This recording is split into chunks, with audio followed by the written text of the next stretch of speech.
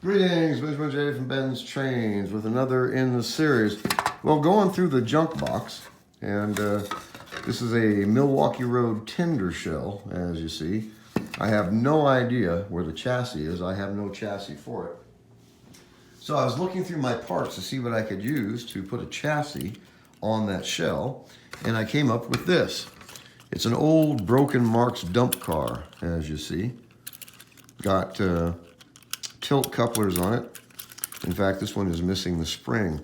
But I might convert this to tab and slot. Anyway, what I've done is I've ground down the edge to make this fit. And surprisingly enough, this will literally drop into this tender shell. And as you see, you have an instant tender. So, as I always stress, don't overlook the junk. You know, doing things like this seems kind of cheesy, but it does work. There's no doubt about that. It's a great way to make a piece of rolling stock out of pure junk. You know, that dump car was broken, but it has four-wheel trucks, of course. So you add some decent couplers to this, and you actually have a usable, actually quite large tender. Now, what I would do, of course, is epoxy this together. Put probably a tab and slot on the front, perhaps a knuckle coupler, Lionel on the back, and add a couple of wheel weights to that flat car, and then epoxy this thing together. And it would give you a very, very usable tender, as you see. And you get this oiled up and put some decent couplers on it, you've got a decent tender. In this case, a really large decent tender.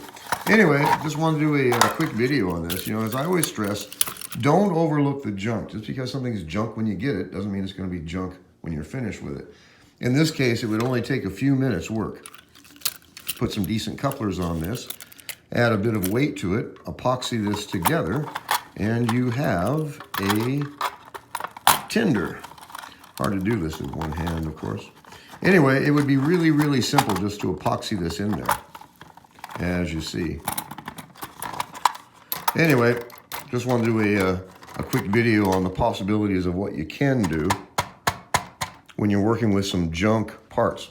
Anyway, a bit of judicious tweaking, get this thing epoxied together, you would actually have a quite nice, really, really good sized tender.